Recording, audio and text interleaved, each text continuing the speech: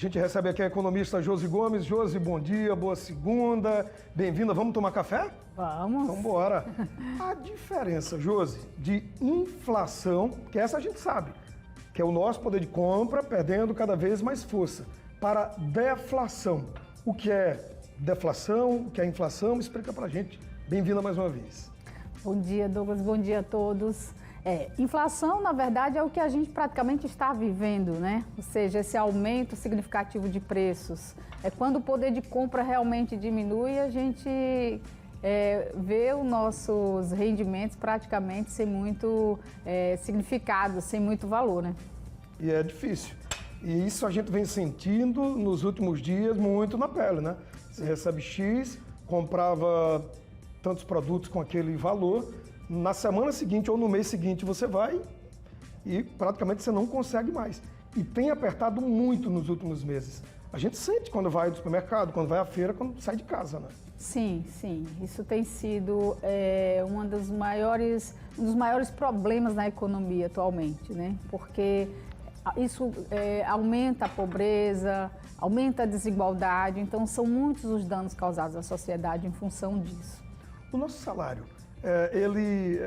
cada vez mais, a alimentação pesa quando a gente recebe e é justamente a alimentação que a gente sente um poder maior. Opa, a inflação está subindo, gira no imaginário isso, a inflação, alimento subiu é porque a inflação tá lá em cima, está descontrolada. Isso, a inflação ela afeta diretamente aqueles que têm um poder de compra ou têm uma renda até 2 salários mínimos. Então, esses são os que mais são afetados, que são, na verdade, a maioria. Então, esses que têm um salário até 2 salários mínimos, uma renda até 2 salários mínimos, são os que mais sofrem com esse processo. E a inflação pirando aí os 10% é um sofrimento grande para você administrar aquilo que você recebe todo mês. Sim, tem sido quase uma mágica, né, para todos equilibrar esse orçamento, porque além da alimentação tem todos os outros custos, alguns pagam aluguéis, outros pagam a prestação da casa, né? Nem sempre todos os serviços públicos são atendidos a contento, então você também tem que gastar com outros serviços. Um plano de saúde que você paga e já pega grande parte lá do que você recebe, né?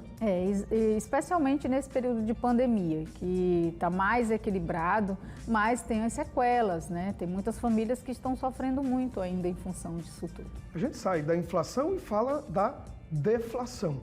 O que é a deflação? Que fenômeno é esse?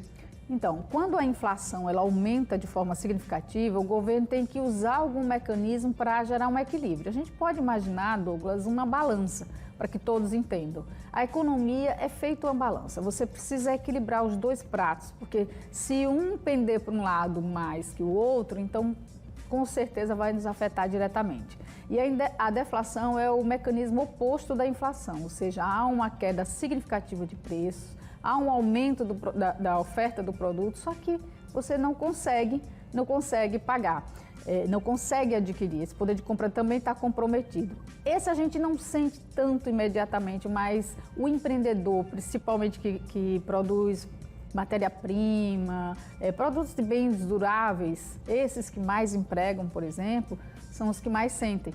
Então, eles deixam de produzir mais porque sabem que o mercado não vai absorver. Então, se a inflação atinge a nós, trabalhadores, consumidores, que saímos às ruas todos os dias ou às feiras no final de semana, essa inflação nos atinge, a deflação atinge quem está lá na ponta, quem está na produção. Atinge mais diretamente o empreendedor. Esse, por sua vez, também acaba tendo que reduzir o que vai produzir, porque sabe que não vai vender de forma significativa, ou pelo menos o estimado, e aí o que acontece? O desemprego também aumenta. É nesse momento que o consumidor, né, que a sociedade sente mais, porque aumenta o índice de desemprego. E esse equilíbrio, a responsabilidade é total de quem está na gestão pública na esfera federal. Isso, sim, porque toda essa questão monetária é controlada pelo Banco Central, é controlada pelo governo. Então, todos os mecanismos que realmente pode gerar um impacto significativo, que pode fazer a diferença, tem que ser elaborado, né, pensado, decidido pelo governo. Então, inflação, deflação e outro termo que a gente ouve muito falar, recessão. O que é a recessão? Então, a recessão seria eu não conseguir controlar a inflação, pulei para a deflação e aí cheguei numa crise financeira, que é a chamada recessão. Aí, realmente, a situação fica ainda mais complicada. Então, a recessão, você perdeu o controle da inflação, você, através da deflação, não conseguiu controlar, e a recessão tem um produto, mas ninguém consegue comprar porque não tem dinheiro, porque a inflação está consumindo grande parte daquilo que você recebe todo mês, é isso? Isso, eu já não consigo produzir muito, a economia, né, o país ele fica um país inseguro, então os investimentos são bem menores, você passa a produzir bem menos, consequentemente você reduz muito a mão de obra.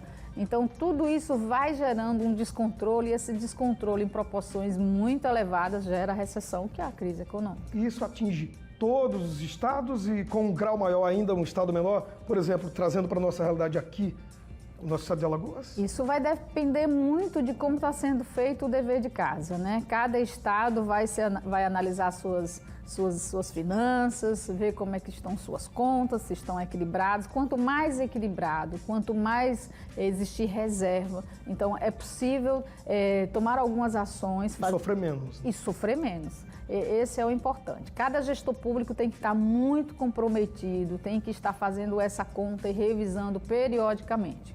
Porque da mesma forma que a gente fala sempre aqui, né, controle no orçamento doméstico, é importante administrar, não é diferente, lógico que com um grau de complexidade maior, não é diferente para o gestor público. Ele também precisa ter um controle mais significativo dessas contas. Valeu. Josi, muito obrigado, boa semana e até semana que vem, na nossa pausa gostosa do café. Eu que agradeço, uma ótima semana a todos. Valeu, Josi, muito obrigado.